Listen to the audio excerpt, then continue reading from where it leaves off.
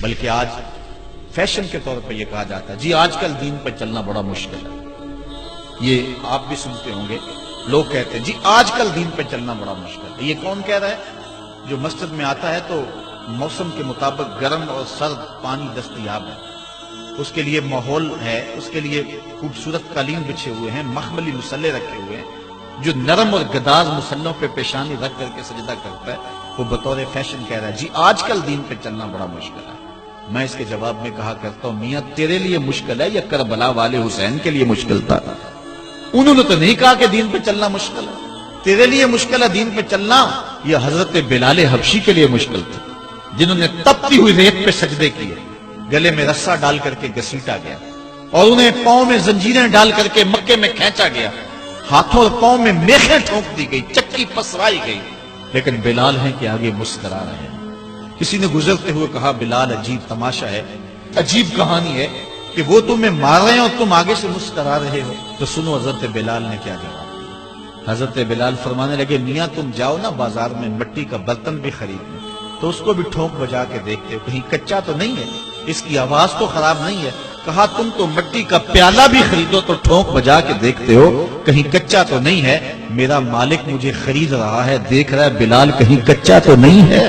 میں کہتا ہوں مالک کھال ادڑ بھی جائے گی, حق حق کی آوازیں ختم نہیں ہوں گی.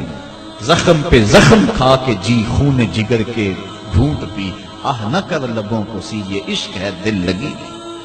تو یہ ایک دین گریزی ہے, یہ عمل گریزی ہے. جی آج کل بڑا مشکل ہے. پہلی بات ہے مشکل ہو بھی تو ہمارے پاس کوئی دوسرا آپشن موجود نہیں ہے. ہم ان لوگوں کی کہانیاں بھول سکتے ہیں کہ جنہوں نے اس دین کے راستے کے اندر دکھ بھی سہے, ان کو ٹکڑے بھی کر دیا گیا, ان کو 2 اونٹوں کی پچھلی ٹانگوں سے باندھ کر کے 2 ٹکڑوں میں بانٹ بھی دیا گیا, لوہے کی کنگھیوں سے بدن چھیدے بھی گئے, ہڈیاں توڑی بھی گئی, آگ میں ڈالا بھی گیا, جلتے اور کھولتے تیل میں پھینکا گیا, لیکن انہوں نے رب کا نام نہیں چھوڑا, رسول کا نعرہ نہیں چھوڑا.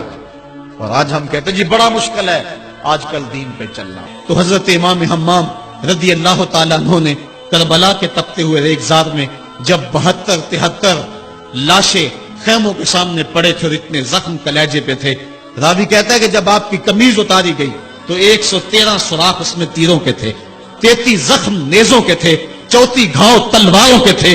اتنے زخم جسم کے اندر اور جسم چور ہے زخموں سے.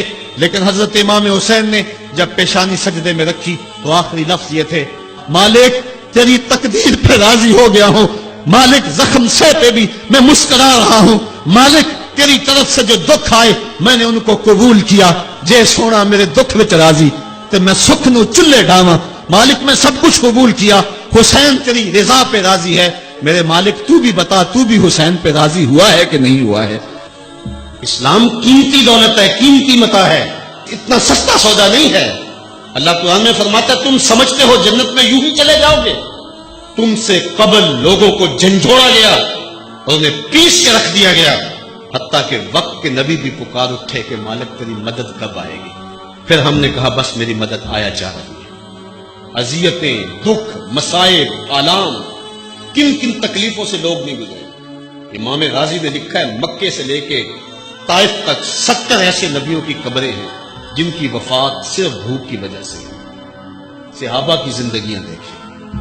آج تو ہم دین کے کہنے پہ کچھ چھوڑنے کے لیے تیار نہیں ہوتے. ڈاکٹر کہہ دے تو چینی چھوڑ دیتے ہیں, ڈاکٹر کہہ دے تو نمک چھوڑ دیتے ہیں, ڈاکٹر کہہ دے تو ہم مرغن غذائیں چھوڑ دیتے ہیں. وہ ایک بڑا پاکستان کا امیر ترین شخص ہے, اس کا ایک انٹرویو لگا تھا کسی ٹی وی چینل پہ, تو وہ کہتا میں 2-3 ٹوسٹ اور جو ہے وہ 1-2 انڈا لیتا ہوں دن کا, بس یہی, خربوں پتی, لیکن مقصود یہی. ڈاکٹر نے کہہ دیا سب کچھ چھوڑ دیا. ڈاکٹر کہے تو چینی بھی چھوڑ دیں, ڈاکٹر کہے تو گھی بھی چھوڑ دیں, رب کہے تو کچھ بھی نہ چھوڑے. وما قدر اللہ حق قدرہ, اللہ کی قدر کا لوگوں نے حق ہی نہ جانا, تو پھر دین اتنا ہی بے توقیر ہے, اتنا ہی بے قیمت ہے.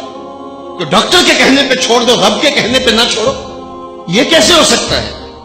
تو جب تم اس کے ہو جاؤ گے تیرے ہندیاں سندیاں محبوبہ میں کافر ہوں جے میں ہوں, جب اپنا آپ مٹاؤ گے تو پھر دیکھو.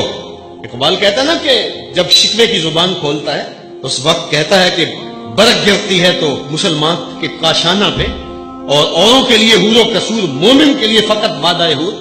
تو پھر جواب آتا ہے کہ تم میں کوئی حوروں کا چاہنے والا ہی نہیں. جلوائے طور تو موجود ہے، کوئی موسیٰ ہی نہیں۔ کوئی ہو تو صحیح، کوئی وہ جذبے لے کر کے آئے، کچھ سب کچھ برباد کر دینے کے لیے، سب کچھ چھوڑ دینے کے لیے آمادہ تو ہو۔ اگر بدر میں 313 لوگوں کو رب نے فتح کا تاج پہنایا اور اس دن کو میرے رب نے یوم فرقان کہہ کے پکارا، تو ذرا دیکھو تو صحیح، یہ سارے گھر بار نہیں چھوڑ کے آگے تھے، بچے چھوڑ آئے، بیویاں چھوڑ آئے، ماں باپ چھوڑ آئے، وہ لوگ تھے جنہوں نے سب کچھ قربان کر دیا۔ اس شخص کی کہانی بھی نہیں بھول سکتے ہم، جو بدر کے موقع پہ کھجوریں کھا رہا تھا اور کھجوروں کی گٹھلیاں دوسری جیب میں ڈال رہا تھا، تو حضور نے فرمایا اٹھو اٹھو اس جنت کے لیے جس کی چوڑائی زمین و آسمان سے زیادہ ہے۔